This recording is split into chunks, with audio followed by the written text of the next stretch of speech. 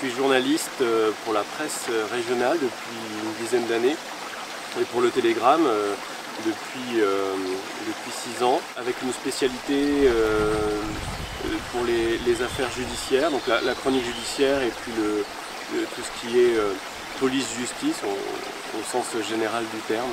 Et je travaille en Bretagne dans le Côtes d'Armor.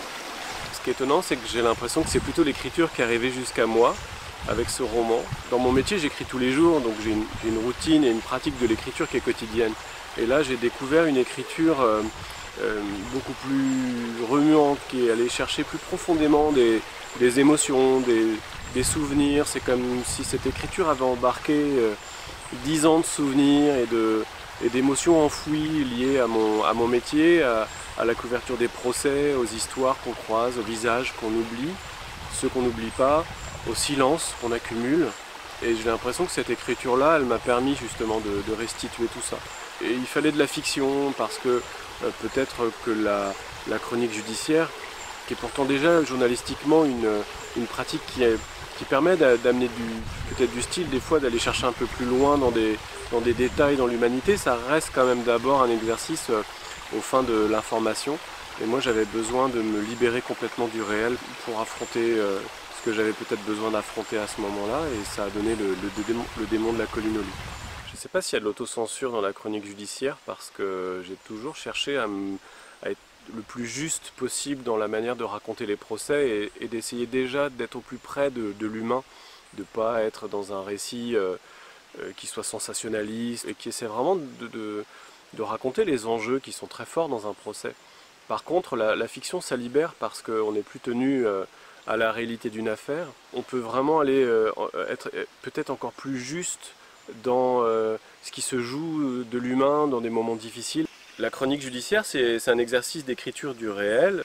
On écrit à partir de faits qui se sont produits et on raconte quelque chose qui est en train de se produire sous nos yeux, qui est le déroulé d'un procès. Et ça implique un respect immense pour tout ce qui se joue dans un procès, c'est-à-dire les victimes déjà. Il y a des gens qui ont subi un drame atroce et toute leur vie a été changée de manière violente. Et ça nous impose à nous, les journalistes, de respecter très scrupuleusement cette souffrance-là.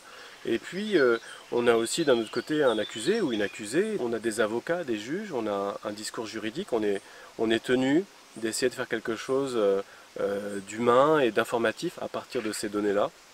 Dans la fiction, eh bien, c'est l'exploration de notre univers à nous. J'ai l'impression que c'est presque une manière encore plus forte de rejoindre le réel sans le savoir. On imagine, on invente, et pourtant c'est bien du réel, c'est bien du monde dont on parle, mais on en parle différemment. Et peut-être que les deux exercices d'écriture sont importants pour moi.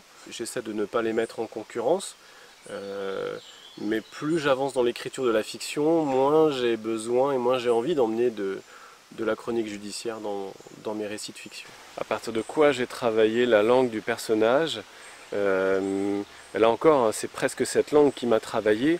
J'avais juste l'intuition de la première phrase du livre, je la tournais dans ma tête et je ne sais pas trop d'où elle venait, et j'ai fini par l'écrire. Et quand j'ai écrit cette phrase, le livre est venu presque tout seul. Donc c'est pas une langue que j'ai travaillée, au sens où j'ai pas calculé, j'ai pas anticipé, je savais pas que j'allais écrire dans cette langue avant de commencer à écrire. Moi j'avais dans l'idée d'aller chercher un enfant au plus loin de ses souvenirs dans une famille difficile. Cette intuition-là a amené la langue qui allait avec le personnage. Donc c'est vraiment la langue de Duke, c'est vraiment son langage à lui. C'est une langue qui permettait de la candeur et qui permettait d'aborder les questions les plus délicates, les plus sensibles, les plus difficiles, sans les trahir, et en même temps qui était un véhicule pour aller très loin, pour emmener vraiment des questions liées à la condition humaine sans que ce soit sentencieux, sans que ça trahisse aussi le personnage. Et la liberté, c'était un peu ça, c'était de pouvoir aller très loin avec une langue, avec la langue parfaite de quelqu'un d'imparfait.